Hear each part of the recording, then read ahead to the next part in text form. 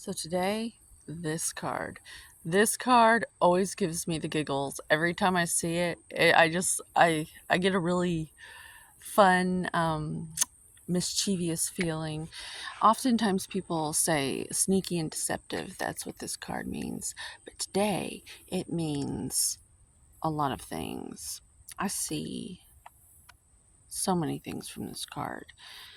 Um, I see that there might be someone in your world that, yes, is probably using the whole victim mentality to get what they want, and they're being sneaky and deceptive about it. And you've probably been around this your whole life. And this card's actually about you and improving the quality of your life. I see that you come from a family that has abused the squeaky wheel system so that they could get out of doing things, and perhaps even just they were enabled to such a degree that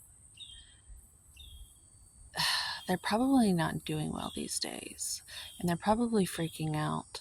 Whereas you, behind the scenes, they kind of abandon you in where they led you, and you became like this priestess, hermit, wise woman or man, and you climbed out of hell, that the hell that they led you to. Because I see, like, it looks like a circus where this person's leaving from, and perhaps your family, it was like carnies, like friggin' karmics, um just tricksters, fugazi, um fake, just faking everyone to get a prize, sort of relationships, maybe drug use, alcoholism, pill popping bullshit, Jezebelian slut like stuff. Especially if you came from like a religion. Um, Oftentimes these people pretend to be godly, and then they're all like liars, and they're just acting like good people, and they're not. And you probably were like, you weren't acting like you were you. And then maybe one day in your younger years you woke up and realized these people are all lying. Everyone around me is lying. Everyone's pretending to be something they're not. And so it kind of isolated you a bit.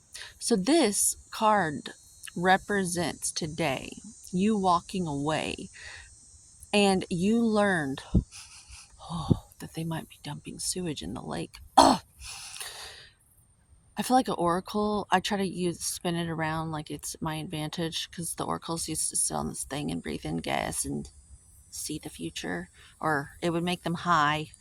I'm trying to get through this though, optimistically. Anywho, I might have to move. I like this spot though. It's a little stump. Uh, but whatever. So the only way to improve the quality of your life meant you breaking away from your karmic family that is alive today. Now, what's really cool about this card today is I see these shadows over here. And that, to me, today popped out, and it said, your deep, deep roots, ancestral inheritance. Like, say, maybe you have druidic roots, deep, deep, dark, in the soil depths of your ancestry long ago, that were truthful. The Druids were expert judges, and that's what they were known for. They were basically judges, and they would all meet in the forest and have these wise elders decide things for the community, amongst other things. They knew a lot. Very wise people. They were indigenous tribesmen of my color skin. They existed too. I just feel like I need to point that out, because we had a really deep relationship with nature too. Uh, I think a lot of vanilla beans have been roasted to such a degree that it made us a little black. And you don't want to make fun of the vanilla beans so much anymore because that's what turns them black. So don't do that anymore. And black in a bad way. Black can be good as in fertile, rich soil from the River Kim in Egypt. That's where that really comes from, the dark, rich soil. Or volcanic soil from Hawaii, that rich black soil. That's good. Black is good. But there's also when people make fun of you and they try to make you take on something that you lack, that you're in lack somehow, be black magic, and that's fucking foul, baneful bullshit. And there is a difference. But we like to embrace fertility here on this channel. So my indigenous ancestors come up for me as these fertile people, these black shadows, as in fertility, because they were wise in relationship with nature too, and they were respectful of everyone, and they would have never been associated with anything that maybe might carry some weight in today's world as far as judgment goes on skin colors. Oh, I'm so tired of it. I don't want to pass it on anymore.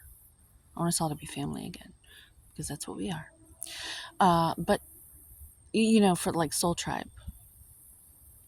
But because I feel like you've had to be sneaky and deceptive because you were up to good, because you're following your ancestors, your deep-seated, rich wealth and abundance of your ancestry, all those people that fought and fought and fought just so you could be here today, and you don't even know who they are, but they're in your bloodline, and they show up for you sometimes when you do the things that unlock the wisdom that they have to just hand you. They're waiting to hand it to you.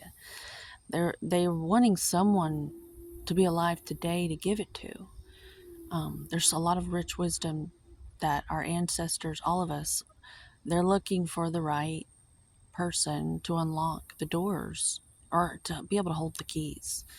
And I sense that in you, because I'm saying this message. There's a reason why I'm able to even know these things, because I know it's going to line up with someone, and that gives me courage to even speak of such things. But so your family alive today may have shown up recently, wanting help because they abused the sneaky and deceptive squeaky wheel. The reason I say that is because this person looks like they've got swords about to cut them, and they're not even like they're not even worried about it. Like they're smiling. And I also see how his hat today looks like an upside down pot, and he's like a pothead, and like it's sneaky and deceptive, and all the stuff that they're trying to grow is upside down, and their lives are probably upside down because of the way they were operating through their life. But I see that that if you were to remain hanging out with these family members or friends or your environment, that your life would go down the wrong path and you'd remain in the circus, which is why you've had to be sneaky and deceptive. And I'm noticing the swords in this. In the other hand, it looks like he's gonna write a book, like it's a pen or something. The sword is mightier than the pen, and you have a story to tell. And either you're gonna write a story, or you're gonna paint a picture, or I was even getting like you're gonna be a chef, and somehow, some way, you're gonna cook up something. Maybe you like to cook, but you're gonna use your hands somehow. And I'm even thinking you can use social media, because I'm using my hands to hold this phone and create art in content with my hands on this phone. So in today's world, that can mean anything. You don't have to necessarily be writing a book, but that's what that told me today with that. But I'm noticing it looks like he's wearing a nightie. Like he's pretending to be asleep to in order to move forward.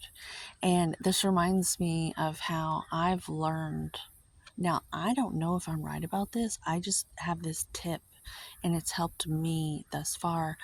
I dress down in front of certain individuals that I know I will trigger, because I've been through this so many times where when I'm around them and I'm wearing an outfit that reveals my figure and like how healthy and good I'm doing, it makes them feel ashamed of themselves.